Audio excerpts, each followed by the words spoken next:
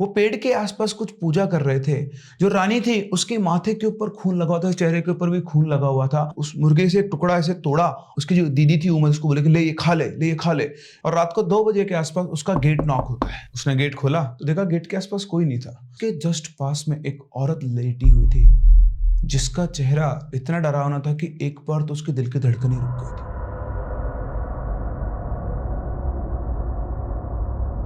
Hello everyone, खमागणियन, welcome to the world of story. फिर से हम आप लोगों के सामने करने हैं रियल सुपरनेचुरल एक्सपीरियंस लेकर। हमारी सोसाइटी के अंदर कुछ ऐसे टॉपिक्स, कुछ ऐसे इश्यूज हैं जिनकी वजह से एक इंसान को हर जगह पर बार बार जिल्लत महसूस करनी पड़ती है। और उनमें से एक जो टॉपिक या पॉइंट है वो है एक औरत का मां ना बन पाना। जब एक औरत लंबे टाइम तक मां नहीं बन पाती है तो सोसाइटी उसको बहुत ही अलग नजरों से देखना शुरू कर देती है और उसके ऊपर एक टैग लगा दिया जाता है। उस टैग की वजह से उसे हर जगह से बेइज्जती सहन करनी पड़ती है, जिल्लत महसूस करनी पड़ती है। और कई बार इस जिल्लत से बचने के लिए लोग ले लेते हैं एक गलत रास्ते का सहारा। कुछ ऐसे वो हमारे आज के इस इंसिडेंट के अंदर जो कि हुआ है कुलदीप के साथ, जो बिलोंग करते हैं जैसलमेर में, और ये उनके साथ हुआ एक रियल इंसिडेंट है। तो कहानी में आगे बढ़ेंगे उससे पहले आपके पास कोई स्टोरी है या फिर कोई सुपरनेचुरल एक्सपीरियंस है तो आप मेरे साथ शेयर कर सकते हैं इन दी गई आईडीज के ऊपर। और इसी के साथ साथ हम लोग वापस से कंटिन्यू कर रहे हैं हमारी अर्न विद मी सीरीज को। कहने का मतलब यह है कि आज से आपकी जो भी स्टोरीज यहां पर सिलेक्ट होंगी उन स्टोरीज को हम लोग देने वाले हैं एक कैशबैक, एक रिवॉर्ड जो कि है 500 रुपीज का। तो आज के बाद अगर आप हमसे शेयर कर रहे हैं अपनी स्टोरीज तो अपने साथ साथ अपना नंबर जरूर शेयर करें ताकि हमारी टीम आपसे कांटेक्ट करके आपको आपका रिवॉर्ड वापस दे सके। बीच में हम लोगों ने सीरीज शुरू की और हमने कुछ लोगों को रिवॉर्ड्स दिए भी थे लेकिन फिर डिसकंटिन्यू कर दिया। लेकिन अब से ऑनवर्ड्स हर स्टोरी जो यहां पर फीचर होगी और किसी यूजर ने शेयर की है तो हम लोग उनके साथ शेयर करने वाले हैं उनकी मेहनत का एक छोटा सा रिवॉर्ड। और इसी के साथ साथ ये हमारी इस न्यू ईयर की पहली स्टोरी है। तो आप सभी को मेरी तरफ से नए साल की बहुत बहुत शुभकामनाएं। ये नया साल आपके जीवन के अंदर खुशियां लेकर आए और आपके सारे गोल्स आप अटेन कर पाए, आपके एफर्ट्स आपकी सक्सेस के अंदर बदले, यही मेरी आप सबको एक विश है। So happy new year to all of you.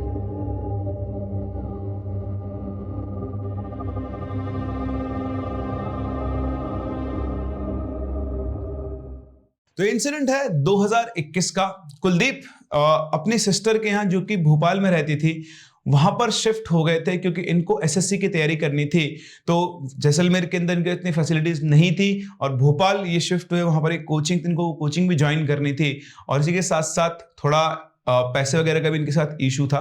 तो वहां पर अपनी सिस्टर के घर पे रहने का मतलब ये फाइनल हुआ। इनकी सिस्टर जब बात की तो इनके जो ब्रदर इन लॉ थे, जिया जी थे, उन्होंने कहा कि तू यहीं पे आ जा, यहीं से तैयारी कर ले और हम लोग को भी सहारा रहेगा कि हम दोनों लोग ही घर के अंदर अकेले रहते हैं।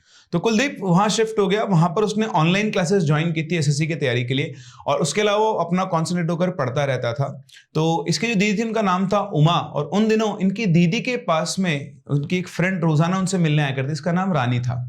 तो ये दोनों ही बहुत अच्छी फ्रेंड्स थी, दिन में करीबन 3-4 बार मिला करते और सुबह सुबह ये लोग मॉर्निंग वॉक के ऊपर साथ में जाया करते थे। तो अपनी तैयारी करते करते कुलदीप को लगा कि यार मैं रिटर्न तो निकाल लूंगा, लेकिन रिटर्न निकालने के बाद अगर मैं फिजिकल एग्जाम क्लियर नहीं कर पाया तो मुझे उसकी भी तैयारी करनी होगी। तो उसने सोचा कि सुबह के टाइम पर दीदी और तो घूमने जाते हैं तो मैं इनसे बोल दूंगा मुझे भी उठा लेंगे और फिर मैं भी इनके साथ साथ ही रनिंग वगैरह पे निकल जाया करूंगा। तो ऐसा ही हुआ। उसने अपनी दीदी को बोला कि दीदी जब आप सुबह उठती हो तो मुझे भी उठा दिया करो और मैं भी अपना रनिंग वगैरह करने स्टेडियम चला जाऊंगा। तो उसने कहा कि ठीक है मैं उठा दूंगी। तो इस तरह से हर दिन का शेड्यूल शुरू हो गया था। इनकी जो दीदी थी वो इनको उठाई दीदी सुबह उठ जाता था। तो जैसे घर से निकलते थे इनकी दीदी एक अलग रास्ते पे जाती थी, दीदी और रानी, और ये अपना अलग रास्ते पे स्टेडियम की तरफ चला जाता था। इस तरह से करीबन 15 दिन 20 दिन तक इसने लगातार अपनी ट्रेनिंग शुरू रखी। बाकी टाइम पर अपनी क्लासेस करके अपनी स्टडी करता रहता था। तो एक दिन कुलदीप उठा और उसने सोचा कि यार मैं रोजाना स्टेडियम पे ना ट्रेनिंग करके बोर हो गया हूँ, आज मैं दूसरे रास्ते पे जाऊंगा। तो जो बेसिकली नॉर्मल ट्रेल होता है, कहीं ऊपर नीचे उबड़ खाबड़ इस तरह के रास्ते से थोड़ा मजा भी आएगा। तो वो उठा, फ्रेश हुआ। आज वो थोड़ा आधा घंटा लेट हो चुका था रानी दी से। तो जिसकी दीदी थी, उमा दीदी और रानी दीदी सही टाइम पे आया करती थी, उसकी दीदी ने उसको उठा दिया था लेकिन रात को लेट सोया था इसलिए थोड़ा लेट उठा और आधे घंटे के बाद वहां से निकला। तो करीबन आप मान लेते हैं 5:30 के आसपास ही निकला था। अभी भी बहुत कोई उजाला नहीं हुआ था, हल्का हल्का अंधेरा ही था। तो वो दौड़ रहा था, दौड़ते 10-15 मिनट दौड़ने के बाद वो रास्ते में पहुंचा। उसकी नजर पड़ी एक पीपल के पेड़ पर। एक बड़ा सा पीपल का पेड़ था, उसके नीचे 2 औरतें बैठी हुई थी। क्योंकि हल्का हल्का अंधेरा था तो कुछ दिखाई नहीं रहा था लेकिन लग रहा था कि दोनों औरतें बैठकर कुछ पूजा वगैरह कर रही है। वो थोड़ा पास गया, चुपचाप दबे पैरों एक पेड़ के बीच छुपकर देखने लगा। तो जैसे उसने चेहरों को पहचाना, उसकी आंखें फटी की फटी रह गई। वहां पर उसकी उमा दीदी और रानी दीदी बैठी हुई थी। वो पेड़ के आसपास कुछ पूजा कर रहे थे। जो रानी थी उसके माथे के ऊपर खून लगा हुआ था, चेहरे के ऊपर भी खून लगा हुआ था। तो आसपास सामने देखा, सामान में बहुत से बड़े लाल सिंदूर पड़ा हुआ है, एक कपड़ा पड़ा हुआ है। जो रानी है उसने बिल्कुल काले कपड़े पहने हुए हैं, गले में उसकी एक अजीब सी माला है, और उसी के साथ साथ बीच के अंदर एक मुर्गा मरा हुआ पड़ा है। ऐसा लग रहा था कि उन्होंने कोई बहुत बड़ी पूजा की है और वो पूजा जस्ट अभी बस खत्म ही होने वाली है। इतना देखकर वो ये तो समझ गया कि यहाँ पर जो पूजा चल रही है कोई नॉर्मल पूजा नहीं है। अब वो जो रानी दी थी उसने उस मुर्गे से एक टुकड़ा ऐसे तोड़ा, और अब उसकी जो दीदी थी उमर, उसको बोले कि ले ये खा ले, ले ये खा ले। इतना देखते उसको समझ नहीं आया कि क्या चल रहा है। वो भागता वहां पे गया और वहां बोल रही, ले खा ले, खा ले, खा लेगी तो तेरा बच्चा हो जाएगा। ये सब कुछ कुलदीप की आंखों के सामने चला। जैसे वहां पर पहुंचा, उसने फटाफट उसके हाथ में से वो टुकड़ा उठा के फेंका और चिल्ला के बोलता है, ये सब क्या चल रहा है, ये दोनों क्या कर रहे हो आप यहाँ पर। इतना सुनते दोनों की हालत खराब हो गई। उन्होंने एक्सपेक्ट नहीं किया था कि कुलदीप उनके सामने आ जाएगा, और कुलदीप को देखते दोनों बिल्कुल पसीना पसीना हो गए और घबरा के बोलने लगे, नहीं नहीं नहीं नहीं, हम लोग कुछ नहीं कर रहे हैं। बोलते कुछ तो कर रहे हो तुम लोग, ये सब क्या मचा रखा है, क्या ये मुर्गा किसने ला रखा तुम लोगों ने। तो इधर से इसकी जो दीदी मधुरी बोलती कि तू शांत हो जा, ये रानी दी है, ये मेरे भले के लिए सब कुछ कर रही है। तो जानता है 8 साल से मुझे कोई बच्चा नहीं हुआ है, और लोग मुझे ताने मार मार कर उन्होंने मुझे परेशान कर रखा है, और इस चीज का यही एक सोल्यूशन जो रानी ने बताया। तो सुना, दीदी आपका दिमाग खराब हो गया है। उसने फटाफट जो सबको सामान को लात मारी, उस मुर्गे को उठा के फेंक दिया और अपनी दीदी को लेकर घर तक जाने लगा, और घूमकर बोलता है रानी से कि दोबारा हमारे घर की तरफ मत आना, वरना ऐसा हाल करूंगा तो सोच भी नहीं पाई। इतने उधर से रानी गुस्से में बोलती है, तुझे समझ में नहीं आ रहा है कि तूने क्या किया है। तूने मेरी चलती पूजा को बीच में खराब किया है, तूने सामान का अपमान किया है, तूने मेरी साधना का अपमान किया है। मैं तुझे नहीं छोड़ूंगी, मैं तुझे अच्छे से देख लूंगी। तो गुस्से में बोलते, हाँ जा देख लेना, लेकिन दोबारा कभी तू और दीदी के आसपास भटकी तो मुझसे बुरा कोई नहीं होगा। इधर इसकी जो उमा दी थी वो परेशान हो गई थी, उनकी जो उम्मीद थी वो टूट गई थी। फिर ये लोग घर पे आ गए। घर पे आके 2-3 दिन तक सब कुछ नॉर्मल रहा, ऐसा कुछ भी नहीं हुआ। अब ये जो कुलदीप था ये रात के टाइम पर पढ़ाई किया करता था, तो करीब कभी 12 बजे, कभी 1 बजे, कभी 2 बजे तक। तो 3-4 दिन के बाद अचानक वो सोया हुआ था रात को पढ़ के अपना, और रात को 2 बजे के आसपास उसका गेट नॉक होता है। वो उठा, उसने गेट खोला तो देखा गेट के आसपास कोई नहीं था।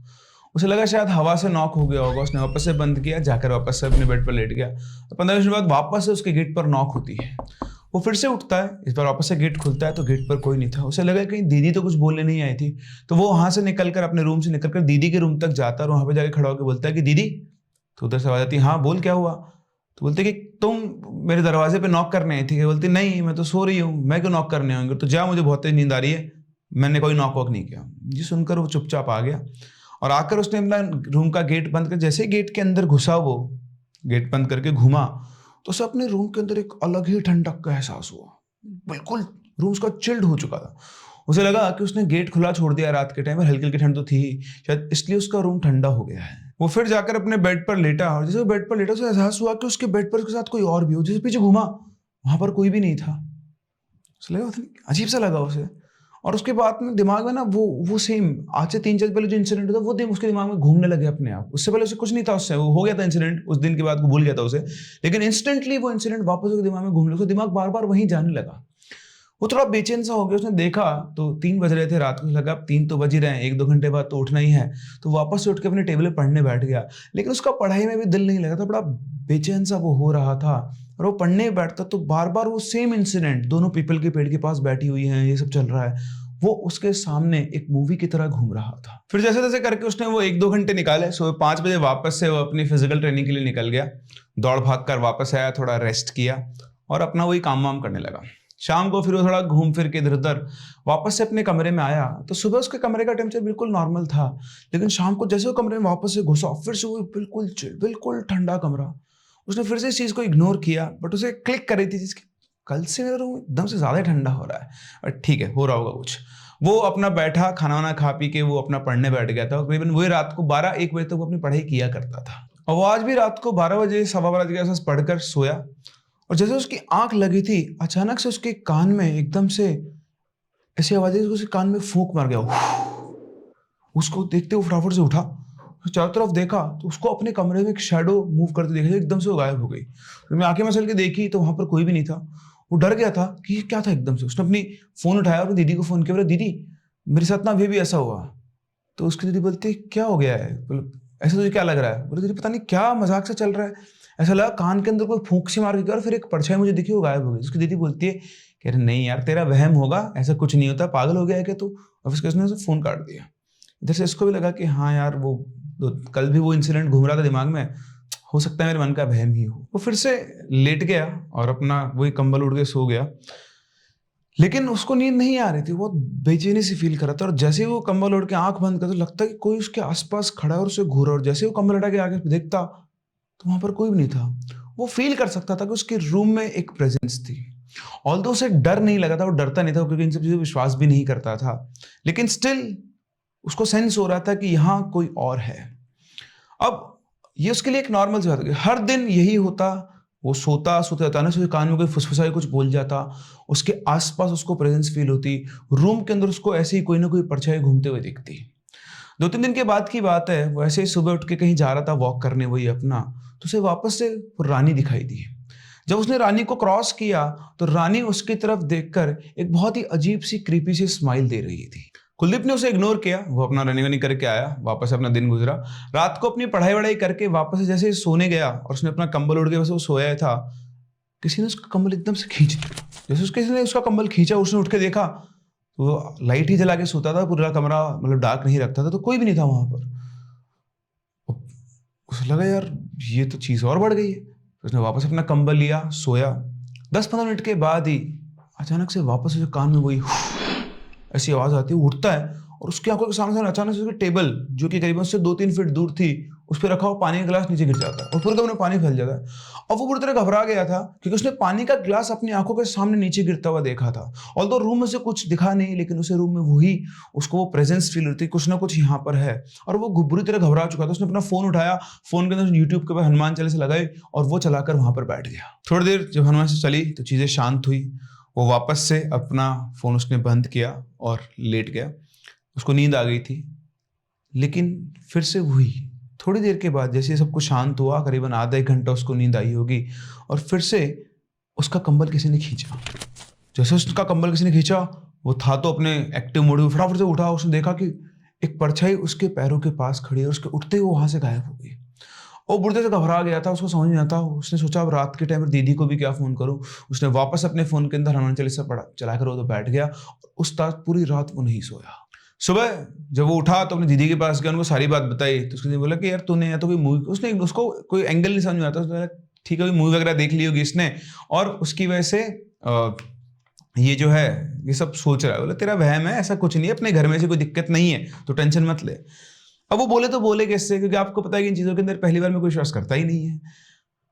आज की रात वो फिर से वापस सोया और उसके बाद वैसे इंसिडेंट्स होने लगे। वो सोता, उसका कंबल खींचता, वो सो ही नहीं पा रहा था। फिर आज इंटेंसिटी और ज्यादा बढ़ गई थी, और आज उसके साथ कुछ ऐसा हुआ जो उसने कभी सोचा नहीं था। वो लेटा हुआ था, तभी उसे लगा किसी ने उसके पैर के ऊपर पैर रख दिया। बहुत भारी सा पैर था, मतलब आप सो रहे हो आपके ऊपर, तो आप ऐसे करवट लेके सो रहे हो, आपके ऊपर किसी ने अपना पैर रख दिया। तो जैसे उस पैर का उसे प्रेशर फील हो, उसने पीछे घूम के देखा तो घूम तो उसके मुंह से बहुत तेज चीख निकली, क्योंकि उसके जस्ट पास में एक औरत लेटी हुई थी जिसका चेहरा इतना डरावना था कि एक बार तो उसके दिल की धड़कनें रुक गई थी। जैसे वो बहुत तेज चिल्लाया, एकदम से वहां से गायब हो गई, और उसकी चीख सुनकर उसकी दीदी भी उसके रूम तक आ गई। पूछे क्या हुआ कुलदीप, क्या हुआ? उसने उठ के फटाफट दरवाजा खोला और उसकी दीदी को सारी बात बताई। उसकी दीदी उसकी बात बोली, तेरा दिमाग खराब हो रहा है, पागल हो गया है तू, कुछ भी नहीं है घर के अंदर, ऐसा क्या बोल रहा है तू? तो बोलता है दीदी आप मेरा विश्वास नहीं कर रहा हो, लेकिन मेरे साथ पिछले 5-7 दिन से सारी चीजें हो रही है। वो बोलते चल ठीक है तो बैठ जा, उसको पानी वानी पिलाती है। लेकिन अब उसको पूरी तरह से तेज बुखार आ चुका था, क्योंकि आप जानते हो ऐसे टाइम पे ना एड्रेनलिन रश होता है। तो उसको बुखार आया, उसको टैबलेट दी गई और उसने बोला कि दीदी मैं अकेला तो नहीं सोऊंगा आज, तो आप चाहे हॉल में सो जाओ चाहे यहीं पे रहो, लेकिन मैं आज अकेला नहीं सोऊंगा। तो नहीं सोया, लेकिन उसका बुखार नहीं टूटा। अगले दिन भी उसको बुखार था, उसको डॉक्टर्स के पास लेकर गए, डॉक्टर ने दवाई दी। 3 दिन तक उसको बुखार रहा। ये 3 दिन बुखार होने के बाद अब उसको उसकी जो हेल्थ थी वो डिग्रेड होना शुरू हो गई थी। 3 दिन तक उसके साथ ऐसा कुछ नहीं हुआ। चौथे दिन से वापस से सबको लगा थोड़ा बुखार उसका कम हुआ, उसे भी लगा कि ठीक है बुखार हो गया होगा। वो अपने रूम के अंदर सोने लगा, लेकिन अब वही पूरी रात वो सो नहीं पाता था। उसको वो चेहरा बार बार घूमता, पढ़ाई करता था तो उसका चेहरा वो घूमता था, उसे लगता था जैसे वो टेबल पे पढ़ रहा है उसके पीछे कोई खड़ा हुआ है, घूम के देखता तो उसे कोई नहीं दिखता था। ऐसे आंख के कोने से उसे कोई चलता हुआ दिखाई देता, वही औरत चलती हुई दिखाई देती थी, लेकिन जैसे देखता तो गायब हो जाती। मतलब हर मोमेंट पर कभी यहाँ कभी वहां, उसके लिए मतलब बैठना और रात गुजारना बहुत मुश्किल हो चुका था। धीरे धीरे धीरे धीरे 10 दिन गुजरे, 15 दिन गुजरे, वो एक तरह के ट्रॉमा में जी रहा था और उसकी बातों पे कोई विश्वास नहीं करता, और एक्सप्लेन भी करे तो क्या करे किसी को। उसकी हेल्थ डिग्रेड होना शुरू हुई, तो उसकी हालत देखकर उसकी दीदी उससे बोलती कि तुझे आखिर हो क्या गया है। तो उनको बताता है डिटेल में हर एक बात कि पिछले कुछ दिनों से मेरे साथ यही सब हो रहा है। जिस दिन से मुझे कुछ दिखी है वो औरत, फीवर उसके बाद आया है, और तब से मेरे को वो हर जगह दिखती रहती है। ऐसे बिल्कुल क्लीन सामने दिखती है, लेकिन दिमाग में घूमती रहती है, कभी आंखों के कोने से दिखती है, कभी पीछे खड़ी हुई महसूस होती है। बट मैं किसी को बताता हूँ तो कोई विश्वास ही नहीं करता। दीदी मेरा विश्वास करो, मतलब मैं बहुत भयंकर ट्रॉमा से गुजर रहा हूँ और मेरा इसका इलाज कराओ, मुझे नहीं पता। तो उसकी दीदी वाकई उसकी बात को समझती है और बोलती है कि ठीक है अपन कल ही गाँव चलते हैं, क्योंकि गाँव में एक प्रसिद्ध बाबा थे जैसलमेर में, जहाँ ये रहते थे वहां पर, और वहीं चल के तेरे को दिखाऊंगी। तो वो उनके पास आया जाया भी करती थी इनकी दीदी। तो ये लोग वहां पहुंचे, वहां पहुंच कर उन्होंने बाबा जी के पैर छुए, और पैर छूते ही बाबा जी जो है इनकी दीदी को देखकर बोलते हैं, क्यों माँ आ गए ना तो मेरे पास, मुझे तो पता था कि तू आखिर में घूम फिर के मेरे पास ही आएगी। तो इसकी दीदी बोलती है कि बाबा आप तो सब जानते हो, इसको देखो इसके साथ क्या हुआ है, इसको आप ठीक कर लो। तो उन्होंने बोला कि मैंने तो तुझे मना किया था, तू मत जा उसके पास, तू गई थी ना उस रानी के पास, देख ले उसी की वजह से ये सब हो रहा है। अब जैसे बाबा जी ने ये बोला, कुलदीप का माथा ठनका। कुलदीप ने बाबा की तरफ देखकर बोला, क्या इसका मतलब वो सब ये रानी कर रही है? तो बोलते हैं हाँ, गलती तो तूने भी की है, तंत्र विद्या कर रही थी वो, और तूने उसके सामान को लात मार दी, उसकी पूजा को तूने बीच में रोक के उसका अपमान किया, तो उसे गुस्सा नहीं आएगा? तो बोलता है कि बाबा मुझे तो लगा कि ये सब ऐसे नौटंकी चल रही है, मुझे क्या पता था। बोलते तुझे लगा ना नौटंकी है, तो अब तुझे उसी का नुकसान झेलना पड़ रहा है। तो इसकी दीदी बोलती है कि बाबा ये तो ना समझे, इसको कुछ पता नहीं है, आप ही इसको ठीक करो। तो बाबा बोलते हैं कि ठीक तो मैं कर देता, लेकिन वो मुझसे ज्यादा ताकतवर और खतरनाक है, और वो जब तक किसी की जान नहीं लेगी वो छोड़ के नहीं जाने वाली है। तो बोला कि जान किसकी? बोले तुम्हारे परिवार में से किसी की, तेरी या फिर इसकी? तो बोलते बाबा कुछ तो करो आप। बोलता मैं उसको भगा तो नहीं सकता, मतलब मैं उसको खत्म तो नहीं कर सकता, बस मैं इतना कर सकता हूँ कि वो तुम्हारे आसपास नहीं आएगी। तो उन्होंने इनको कुछ धागे दिए और बोले कि तुम्हारे घर के चारों तरफ पेड़ हो या कोई चीज हो उस पर बांध देना, तो तुम्हारे घर के अंदर नहीं आ पाएगी, बाकी तो तुमको उन्हें बता ही दिया है, मैं इसको ठीक तो नहीं कर सकता। अब ये जहां पहुंचे वहां पर भी इनको सोल्यूशन नहीं मिला, और ऊपर से इनको एक टेंशन और मिल गई।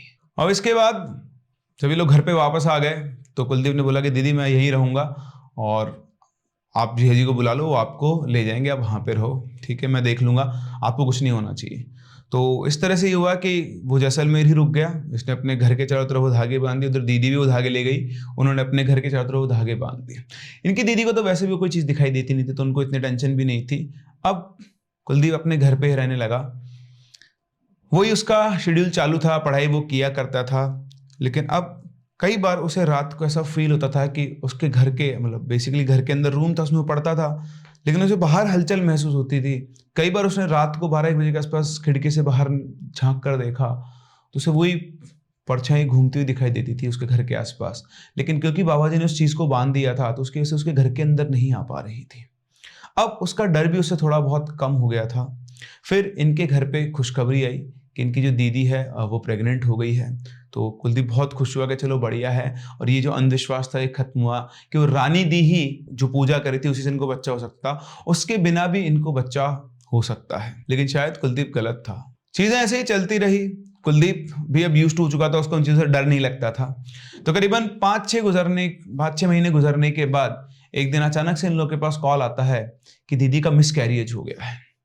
अब जैसे उसका मिसकैरियज हुआ, सब लोग को बहुत खुशी की बात थी, घर के अंदर 8-9 साल से बच्चा नहीं हुआ, उनकी पहली बार वो प्रेग्नेंट हुई, और वापस से 6 महीने के बाद ही मिसकैरियज हो गया उनके। तो उससे रहा नहीं गया, जब सेटल हुआ सब, तो सीधा अकेले उन बाबा के पास गया, और बाबा से जाके बोलता है कि ऐसे ऐसे उसके सिस्टर का मिसकैरेज हो गया। तो उन्होंने कहा कि हाँ मुझे पता है, और मैंने तो तुमसे पहले ही कहा था कि वो तब तक नहीं जाएगी जब तक तुम्हारे परिवार से किसी की जान न ले ले। अब वो जा चुकी है, और अब वो ना तुझे ना तेरी बहन किसी को भी दिखाई देगी। तब जाके कुलदीप को समझ में आया कि मिसकैरेज क्यों हुआ है। कुलदीप का दिमाग खराब हो चुका था, उसको ये लगता था, उसको ये फील हुआ कि सारी गलती उसी की थी, बड़ी मुश्किल से उसकी बहन के घर में खुशियां आई थी और उसकी उस गलती की वजह से उसकी बहन के साथ ये सब हुआ। खैर अब भी वो इन चीज़ों को डाइजेस्ट नहीं कर पा रहा था, उसे लग रहा था कि कोई नेचुरल रीज़न है, उसी की वजह से उसका मिसकैरेज हुआ है। वापस से अपने वो घर गया और आज रात उसने वेट किया, उसने अपने घर के वो सारे धागे खोल दिए जो उसने बांधे हुए थे और वो अपने रूम के अंदर बैठा रहा और पूरी रात इंतज़ार करता रहा कि वो जो कुछ भी है वो उसके सामने आए और वो उससे बात करे कि उसने ऐसा क्यों किया। वो पूरी रात इंतज़ार करता रहा, लेकिन वो परछाई जो उसे दिखा करती थी वो आई ही नहीं। 1 दिन, 2 दिन, 3 दिन नहीं आई। वो फिर से बाबा के पास पहुंचा, उसने सारी बात बताई। उन्होंने कहा कि तुझे शायद मेरी बात पर विश्वास नहीं है, मैं तुझसे कह रहा हूँ ना। तो उसने कहा कि लेकिन मेरी बहन का क्या? बोले तो चिंता मत कर, ऊपर वाला सब ध्यान रखेगा और अगर तुम्हारा मन सच्चा और साफ है तो एक दिन उसकी झोली भी भर जाएगी। ये सब सुनकर कुलदीप वापस आया। उसे ये फील हुआ कि उसने जो उस टाइम पे डिसीजन लिया तो बिल्कुल सही था और हम में से भी कोई वहां पर होता तो वो यही डिसीजन लेता। लेकिन उसके मन में हमेशा ये टसल रह गई कि उसकी वजह से ही उनके परिवार के उस आने वाले छोटे से नन्हे से मेंबर की डेथ हो गई थी। अगर उस दिन वैसा कुछ नहीं करता तो शायद उनकी जिंदगी में ये टर्न नहीं आता। खैर जैसा कहते हैं कि भगवान के घर देर है पर अंधेर नहीं, और उनके 1 साल बाद इनकी दीदी को बेबी भी हुआ और उनकी लाइफ बढ़िया सेटल चल रही है। और उसके बाद से कुलदीप के मन का वो जो भार था वो भी अब उतर चुका है। लेकिन ये एक इंसिडेंट हुआ उनकी लाइफ के अंदर जो उसके ऊपर लाइफ टाइम की एक छाप छोड़ गया है। तो आप लोगों को क्या लगता है, क्या वाकई में इस पूरे इंसिडेंट के पीछे का कारण उस रिचुअल को बीच में रोकना था और उस लड़की का अपमान करना था? क्या ये सब रानी का ही रचा हुआ खेल था? क्या वाकई में रानी ने कुलदीप के ऊपर किसी स्पिरिट या किसी एंटिटी को छोड़ दिया था, लैच कर दिया था, और क्या वही एंटिटी उस बच्चे की जान लेकर गई? या फिर ये सब सिर्फ कोइंसिडेंट था कि इतने सारे इवेंट्स चल रहे थे, कोई नेचुरल रीजन की वजह से उनका मिसकैरियज हुआ और कुलदीप ने उसको वहां से लिंक किया? वो जो बाबा थे उन्होंने कहा कि जान लेकर जाएगी, और उस मिसकैरेज के बाद से दोबारा कभी वो एंटिटी कुलदीप को दिखाई नहीं दी। कैसे लिंक कर सकते आप इन सब चीजों को? आप अगर कुलदीप की जगह उस दिन होते तो आपका क्या रिएक्शन होता? क्या आप भी वही करते जो कुलदीप ने किया या फिर कुछ और? मुझे कमेंट सेक्शन में जरूर बताएं। हम लोग मिलते हैं अपने के लिए अगली कहानी के अंदर। तब तक के लिए keep loving and keep listening.